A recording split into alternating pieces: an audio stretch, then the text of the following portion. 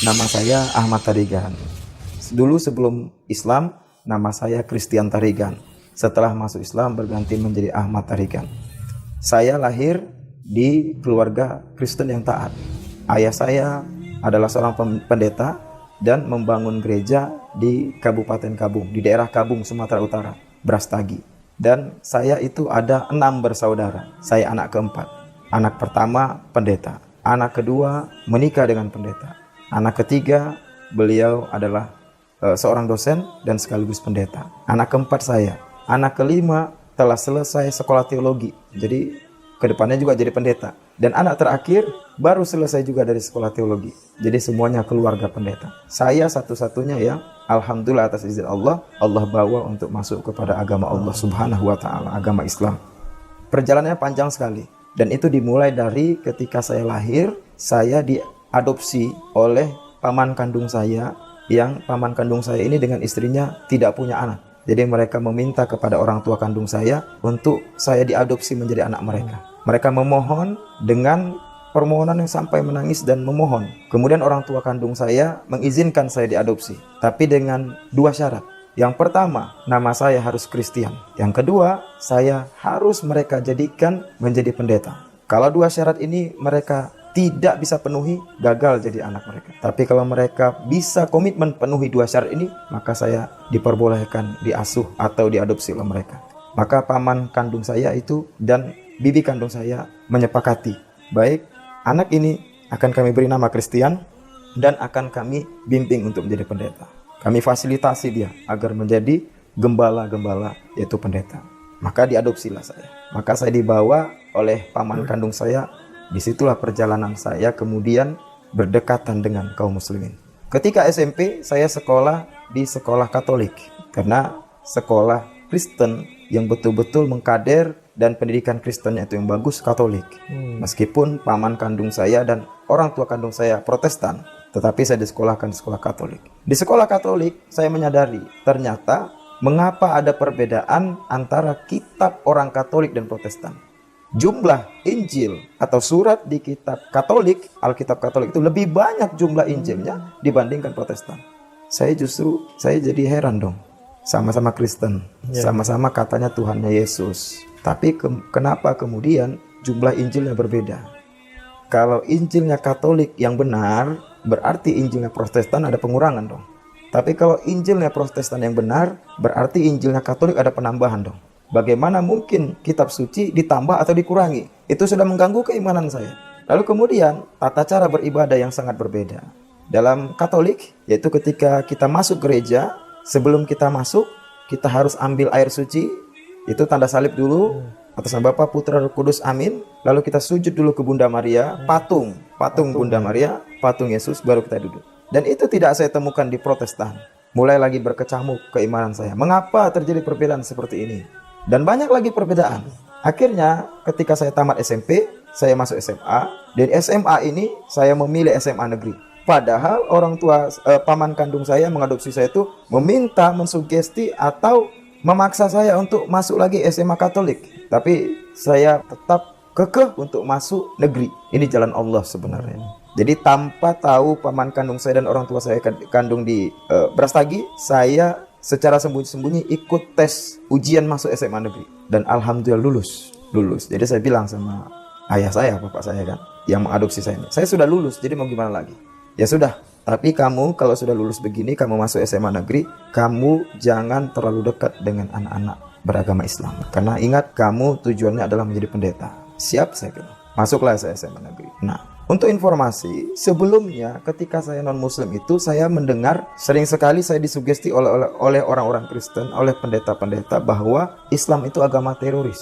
Islam itu agama radikal. Islam itu agama kekerasan. Itu yang saya terima dari orang-orang Kristen pada saat itu. Tetapi sebaliknya ketika saya masuk SMA, ketika saya berteman dengan orang Kristen, dan saya juga berteman dengan orang Islam, saya perhatikan kok orang Islam justru tidak menunjukkan kekerasan yang disampaikan kepada saya bahwa Islam itu agama kekerasan. Justru saya lihat agama Islam itu humble, berteman dengan baik, ramah, dan mereka ya bagaimana berteman biasanya. Jadi saya mulai ragu, ini jangan-jangan saya dibohongi nih sama para pendeta ini. Kemudian atas dasar keingintahuan saya tentang Islam, saya tanyalah teman-teman saya beragama Islam. Itu saya berani bertanya di SMA kelas 3. Kelas 3 SMA, usia 17 tahun, saya tanya ke teman-teman saya beragama Islam itu, Islam seperti apa sih? Saya mau tahu dari kamu, bagaimana sebenarnya agama Islam? Tolong kasih tahu saya. Karena saya dengar Islam itu agama teroris, agama yang mengajarkan tidak boleh makan yang enak-enak, semisal daging babi, kan gitu kan. Daging babi kan enak, kenapa dilarang? Nanti menyiksa manusia, saya pikir begitu. Nah, teman-teman saya yang beragama Islam ini, mereka tidak sanggup menjawab pertanyaan saya. Mereka tidak bisa mengiyakan keinginan saya untuk tahu Islam dari mereka. Tetapi mereka katakan, Christian gini aja dah, kamu ini kan sepertinya memang kelihatan serius belajar Islam. Nah, bagaimana kalau kami temukan kamu dengan seorang ustadz? Ustadz ini adalah guru agama Islam di sekolah itu. Boleh? Siapa namanya? Namanya Pak Sudirman Latsha. Inilah awalnya saya akan menemukan hidayah atas izin Allah. Maka di setiap doa saya berdoa, ya Allah, berikanlah karunia keberkahan usia kepada Ustadz Sudirman Latsha. Berikanlah kelapangan rizki pada beliau karena telah menjadi jalan hidayah buat saya. Jadi dipertemukanlah saya dengan Ustadz Sudirman Latsha ini. Nah, di sekolah itu Ustadz Sudirman Latsha bilang, ya udah kita diskusi jangan di sekolah, nggak enak dilihat para guru dan teman-teman yang lain. Kamu datang ke rumah saya nanti siang. Ini alamat saya, kata beliau. Wah, saya ditantang begitu kan? Oke, siap Ustadz, saya bilang. Ya, saya datang. Tapi kalau bisa bawa Alkitab kamu, katanya. Bawa Alkitab ya. Wah, saya ditantang.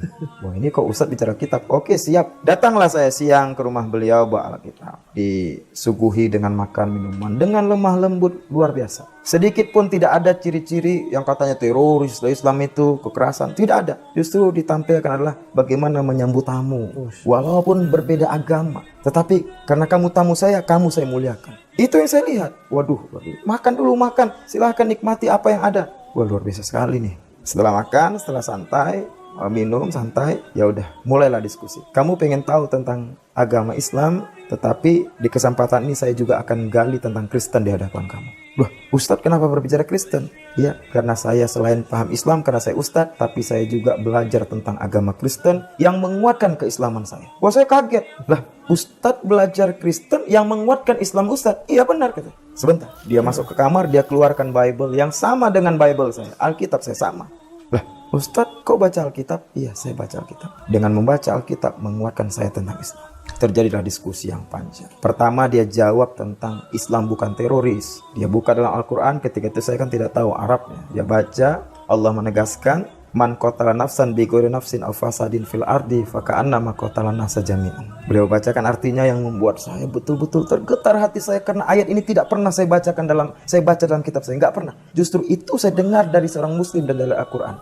Beliau membacakan artinya, siapa yang membunuh satu orang yang orang ini tak bersalah, dosanya faka'annama qatala nasa jami'an. Dosanya seperti membunuh seluruh manusia yang ada di dunia ini. Saya kaget. Ini Al-Quran. Ya, ini Al-Quran. Ini adalah ayat yang diimani oleh orang Islam. Tidak boleh membunuh orang yang tak bersalah. Satu orang saja dibunuh, dosanya seperti membunuh seluruh manusia yang dunia ini. Ini pendekatan Islam. Jadi kalau kemudian ada orang yang mengatakan Islam teroris, Islam agama kekerasan, sesungguhnya mereka sedang memfitnah dan mereka sedang menyudutkan Islam, yang sebenarnya Islam tidak seperti itu. Kamu tahu Islam teroris dari siapa? Dari orang Kristen. Kamu tahu dari orang Kristen. Sekarang saya Muslim yang akan menyampaikan kepada kamu bahwa Islam bukan agama teroris. Langsung dia tunjukkan ayat. Masya Allah, saya betul-betul tergetar. Tapi tidak cukup sampai di situ, kata dia. Nah, lanjutannya gimana? Saya bilang. Dia baca lagi ayat selanjutnya. Dia bacakan Arabnya. Waman ahyaha faka'annama ahyan nasa jami'an. Dia bacakan artinya, siapa yang menolong satu orang manusia, tak peduli agamanya apa. Ada orang yang kelaparan dikasih makan. Ada orang kesusahan dikasih bantuan. Ada santri yang tak bisa makan dikasih beras sehingga dia bisa hidup. Satu orang saja, kata beliau. Faka'annama ahyan nasa jami'an. Pahalanya bagaikan menolong seluruh manusia yang ada di dunia ini. Tak terasa air mata saya jatuh. Saya nggak tahu kenapa bisa seperti itu. Ini Quran. Iya, ini Quran. Kamu sekarang mendengarkan langsung kan bahwa Islam itu rahmat. Islam itu agama kasih sayang. Ini Quran. Saya lihat langsung. Artinya luar biasa. Banyak pembahasan tentang Islam. Kemudian dia masuk kepada Kristen. Seperti dia bilang tadi, jangan tersinggung saya kalau bahas Kristen, katanya. Setelah saya jawab ingin tahu tentang Islam, saya akan bahas tentang Kristen. Oke, masuklah. Dia bilang begini, saya ingat betul. Dan ini selalu saya sampaikan kepada orang yang ingin masuk Islam atau yang ingin dialog sama saya, orang Kristen yang ingin diskusi saya. Saya ingat betul kalimat Ustadz Sudirman Napsa, kalau orang Kristen masuk Islam, dia tidak kehilangan Yesus, tetapi sesungguhnya dia menemukan Yesus yang benar. Yesus yang seperti apa? Dia buka Markus 12 ayat 29. Di situ Yesus menegaskan bahwa Yesus bukan Tuhan, justru Tuhan itu adalah Allah yang Esa. Allah yang Esa. Bukan Allah atau Allah yang satu, tetapi Alkitab jelas Esa. Kalau satu masih bisa dibagi, satu bagi setengah-setengah. Makanya kalau di situ dikatakan satu, make sense atau masuk akal Trinitas. 3 dalam 1, 1 dalam 3. Tapi Yesus dengan tegas mengatakan Tuhan Allah kita, Tuhan Allah itu Esa. Maka dalam bahasa Arab Ahad, Esa tidak bisa dibagi-bagi lagi. Maka Yesus menegaskan bahwa ada Tuhan, yaitu Allah yang Esa. Maka siapa yang mengatakan Allah itu Tuhan atau yang Esa, maka dia bukan Tuhan, tetapi dia adalah makhluk, dia adalah utusan Allah. Sebagaimana Yesus menegaskan, karena mereka menganggap bahwa yang disalib itu Yesus. Yesus dalam kayu salib, di kayu salib menegaskan, Ilahi, ilahi, lama sabaktani. Eli, eli, lama sabaktani. Bahasa Arab, ilahi, ilahi, limadza sabaktani. Artinya, Tuhanku, Tuhanku, kenapa engkau meninggalkan aku? Maka siapa yang mengatakan Tuhan, maka dia bukan Tuhan. Dia adalah makhluk. Panjang lebar diskusi kami. Sampai setengah tahun, 6 bulan. Akhirnya tepat 8 Februari saya mengucapkan kalimat syahadat La ilaha illallah Muhammad Rasulullah. Saya masuk Islam. Tetapi perjuangan saya syahadat juga cukup panjang karena tidak diizinkan oleh paman saya dan orang tua kandung saya di Brastagi. Maka saya di backup oleh umat Islam di situ untuk meminta surat tanda tangan izin supaya saya masuk Islam karena saya kan 17 tahun. Di Indonesia pindah agama di bawah 19 tahun harus izin orang tua. Maka saya minta tanda tangan. Paman kandung saya juga diskusi sama orang tua kandung saya di Brastagi. Akhirnya sebagai shock terapi izinkan dia masuk Islam. Tapi dengan catatan coret nama dari keluarga. Jangan biaya lagi sekolahnya. Jangan kasih sepeser pun ketika dia keluar rumah. Maka ditandatanganilah surat izin saya pindah agama. Dan itu kebahagiaan buat saya. Tapi satu sisi pada hari itu saya kehilangan orang tua saya. Kehilangan paman saya. Tapi saya ingat betul kata para ustadz. Satu orang tuamu yang meninggalkan engkau karena berpindah agama, karena engkau pindah agama kemudian orang tuamu meninggalkanmu, tetapi ada ribuan bahkan jutaan kaum muslimin yang siap menjadi orang tuamu. Itu kalimat yang menguatkan saya. Maka saya katakan kepada paman saya katakan kepada orang tua saya, ayah, saya panggil paman saya ayah. Pak, bapak, saya panggil orang tua saya bapak. Hari ini agama kita berbeda. Tetapi sampai mati pun saya tetap darah daging kalian. Saya tetap anak ayah. Saya tetap adalah orang yang sayang sama ayah. Jadi agama kita boleh berbeda, tapi tali persaudaraan kita tidak putus sampai mati. Pergi saya dari rumah itu. Jadi ketika saya masuk Islam, saya tidak dianggap lagi sebagai anak, tidak dianggap lagi sebagai abang dan adik. Begitu juga dengan paman saya yang mengadopsi saya tidak dianggap lagi sebagai anak. Saya dicoret dari kartu keluarga mereka. Jadi saya sendirian, tapi saya yakin mereka meninggalkan saya, ada Allah yang bersama saya. Itu yang saya yakini. Jadi ketika saya minta izin itu kepada paman saya, karena memang paman saya itu punya janji dan komitmen kepada orang tua kandung saya, tentu ini bagaikan dia mendapatkan serangan bom di siang hari yang mengagetkan dia seperti disambar petir di siang hari. Tiba-tiba anak yang dia besarkan, meskipun bukan anak kandung dia, tapi dia besarkan dengan komitmen agar menjadi pendeta, tiba-tiba mau masuk Islam. Dia kaget benar. Nah, dengan rasa emosi dia sekaligus bersama dengan rasa sayang dia, langsung spontan dia ambil 2 parang, ya pisau yang besar, golok. Dia ambil 2 golok, dia lempar satu ke depan saya dan dia pegang satu. Dia katakan, Christian, kalau hari ini engkau mau keluar dari agama ini, maka daripada saya malu kepada orang tua kandungmu, sekarang kita selesaikan secara jantan. Saya yang mati atau kamu yang mati? Begitu kata dia. Tetapi ya syukur alhamdulillah saya punya jurus, mas. Jadi kalau saya nggak punya jurus, saya sudah innalillah. Jurusnya adalah langkah 1000. Jadi lari, tetangga pada heboh. Kenapa lari? Dikejar-kejar bapak saya sama parang gitu kan. Nah, bapak saya ditenangkan, saya pun ditenangkan. Esoknya datang lagi. Nah, dan kemudian Ya, ini anak Anda tetap tidak surut, tidak mundur sekalipun untuk mau masuk Islam. Jadi bagaimana Pak? Ya, diskusilah sama keluarga kandung di Bastari. Nah itu tadi, shock terapi. Dia tak akan bertahan lama tanpa uang. Dia sudah lama menjadi anak satu-satunya bersamamu kan gitu. Saya kan anak satu-satunya. Dia pasti tidak akan bisa berlama-lama dalam kesusahan. Ya udah, izinkan tapi jangan fasilitasi apapun. Keluar, usir dari ya itu atas izin Allah, walaupun saya tidak dibiayai, hidup juga sampai sekarang. Iya. Alhamdulillah gemuk juga. Jadi semua hadza min fadli Rabbi. Semuanya itu adalah karena kasih sayang Allah. Jadi kepada siapapun yang menonton ini, ya mungkin ada non-muslim, betul, yang sebenarnya sudah tergerak hatinya masuk Islam tapi ragu. Kalau saya masuk Islam nanti bagaimana? Tak dapat ini warisan segala macam, hilang dong semuanya. Yakin dunia itu Anda tinggalkan, sekaligus Allah akan menghadirkan akhirat dan dunia kepada Anda. Rasa kecukupan itu akan Allah hadirkan kepada Anda. Jadi jangan ragu untuk melangkah. Sebelum, kalau seandainya Anda besok mati, sayang sekali Anda mati dalam keadaan non-muslim. Padahal Anda sudah yakin Islam benar, agama yang benar. Maka jangan ragu, masuk agama Islam, yakin Allah akan mencukupi kehidupan Anda dan menyentuh hati orang tua Anda untuk memberikan kasih sayang juga kepada Anda pada suatu saat nanti. Yang penting yakin bahwa jangan ragu untuk masuk agama Islam. Atas izin Allah, 2 tahun kemudian, paman saya yang mengadopsi saya, merawat saya, 2010 masuk Islam. Jadi sekarang sudah bersama kita di Tangerang Selatan. Sekarang tugas terberat bagaimana menyampaikan hidayah kepada keluarga kandung saya. Tapi memang semuanya atas izin Allah. Kita berikhtiar, tapi hidayah itu semua atas kehendak Allah. Jadi doa saya tidak pernah putus. Semoga hidayah bisa sampai kepada keluarga kandung saya dan semoga bisa bersama-sama saya sholat bersama dan dalam keadaan sama-sama dalam keadaan beragama Islam. Jadi bapak angkat saya, paman saya tidak menikah lagi. Ya, karena mereka punya prinsip satu untuk seumur hidup. Jadi paman kandung saya itu yang mengadopsi saya betul-betul Kristen yang taat.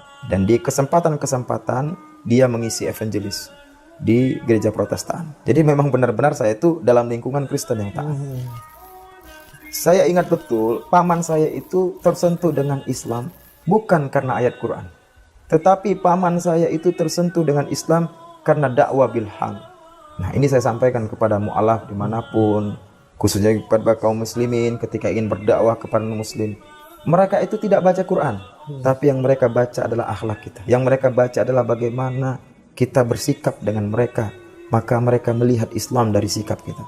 Begitu juga paman saya. Ketika saya masuk Islam, saya nggak pernah dakwahi, Pak, atau ya Al-Quran segini-segini, tidak. Al-Quran segini-gini, tidak. Alkitab ini salah, tidak setuju. Tapi ketika saya datang mengunjungi dia, seminggu sekali saya datang mengunjungi dia, saya bawa martabak, saya bawa apapun. Karena ketika saya masuk Islam, saya di panti asuhan, waktu itu saya di panti asuhan muslim, sembari menyelesaikan sekolah saya bekerja di depot air minum. Nah gaji yang saya miliki itu, saya belikanlah martabak, saya belikan makanan, saya datangi paman saya datangi dia, saya cium tangan.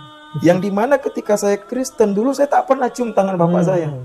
Dan perlu saya tegaskan bahwa budaya cium tangan itu lebih banyak Islam yang mencontohkan.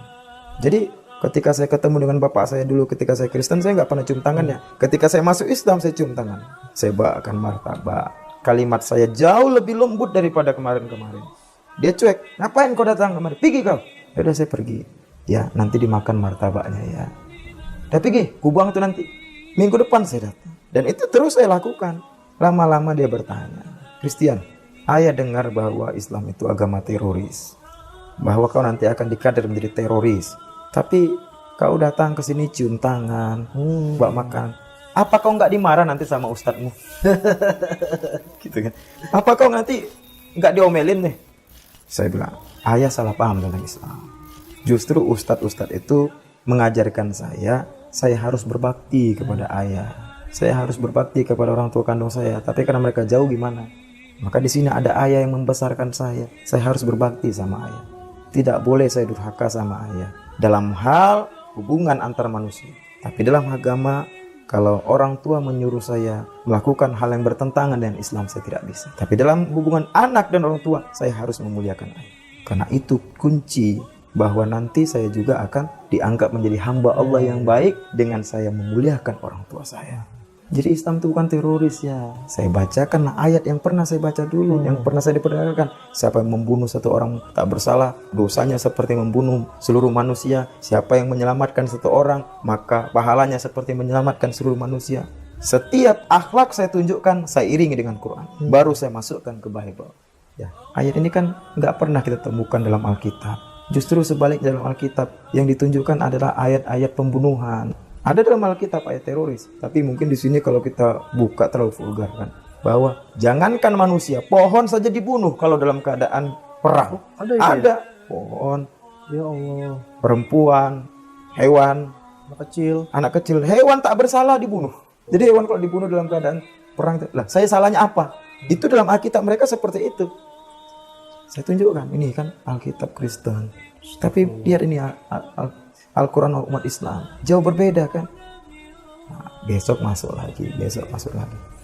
Akhirnya di 2010, 2 tahun ya, 2008 saya masuk Islam. 2009 proses sampai 2010, 2 tahun bapak saya mengucapkan.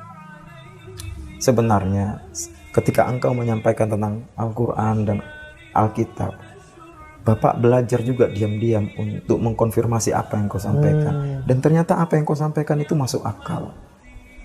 Khususnya tentang ketuhanan Yesus yang ternyata memang tidak ada dalam Alkitab. Tapi Bapak gengsi. Wah. Tapi sekarang hari ini Bapak sudah meyakini Islam itu agama yang benar. Bagaimana caranya supaya Bapak juga ikut dengan engkau masuk Islam? Karena hari ini Bapak sudah komitmen, apapun kata orang Kristen tentang Bapak, jika Bapak masuk Islam, Bapak tidak peduli lagi. Bapak sudah melihat dan benar-benar sekarang meyakini, ternyata ketika kita masuk Islam, kita tidak kehilangan Yesus, justru kita mendapatkan dan menemukan Yesus yang benar. Bapak ingin masuk Islam. Waduh, saya menangis haru ketika itu. Ya Allah, memang Bapak kandung saya, orang tua kandung saya belum engkau ijabah masuk Islam, tetapi saya sudah sangat bahagia sekali. Paman yang mengadopsi saya masuk Islam itu sudah sangat bahagia sekali. Saya ketemukan dengan Pak Suliman Larsa dan kemudian difasilitasi bapak saya masuk Islam. Kemudian sama seperti saya, bapak saya pun dikucilkan, tapi dia nggak peduli. Dia sudah siapkan semuanya, ekonomi dan mental sudah dia siapkan. Ketika dia dikucilkan, dia tak peduli.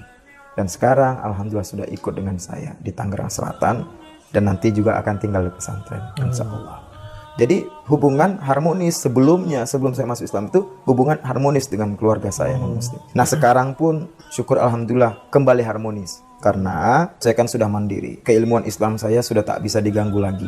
Mau seperti apapun mereka tidak akan bisa menarik saya kepada agama Kristen. Tidak bisa. Tetapi untuk saat ini memang sekarang keinginan mereka supaya saya murtad itu besar sekali. Kalau dulu saya misalnya murtad, ya nilai bargaining atau nilainya biasa-biasa saja. Tapi kalau sekarang kalau saya murtad atas usaha mereka, bayangin mantan ustadz murtad itu luar biasa kan. Gereja mereka bakal disorot. Ya bakal diberikan perhatian lebih. Tapi ya itu mimpi di siang bolong. Kalau saya murtad tidak akan mungkin. Justru saya berusaha semaksimal mungkin supaya mereka yang masuk kepada Islam. Ya bapak kandung saya meninggal dunia. Jadi sudah lama tak bertemu. Saya sudah Muslim. Saya sudah kuliah di salah satu universitas Islam di Jakarta. Saya dengar bapak kandung saya meninggal dunia. Jadi saya datang. Saya tak takut apapun yang terjadi, saya datang. Saya datang, prosesi ibadah Kristennya saya nggak ikut, tapi ketika mengantarnya ke kubur saya ikut. Ya sampai dibilang keluarga kan, nih gara-gara kau lah bapak seperti ini. Ya tahan-tahan kuping lah. Jadi banyak yang bilang saya itu sebenarnya anak kesayangan, karena saya itu dibesarkan oleh paman. Jadi mereka itu merasa kehilangan saya. Nah, ketika saya masuk Islam, dianggap itu yang menjadi penyakit bagi bapak saya. Maka, tapi saya tidak goyang sedikit pun. Ya, saya katakan, ya ini sudah takdir Allah, takdir Tuhan. Tapi yang satu hal, meskipun 100 nyawa bapak saya tetap tidak akan mundur dari agama. Walaupun besok hidup lagi kemudian meninggal lagi, tetap saya tidak akan mundur dari agama Islam.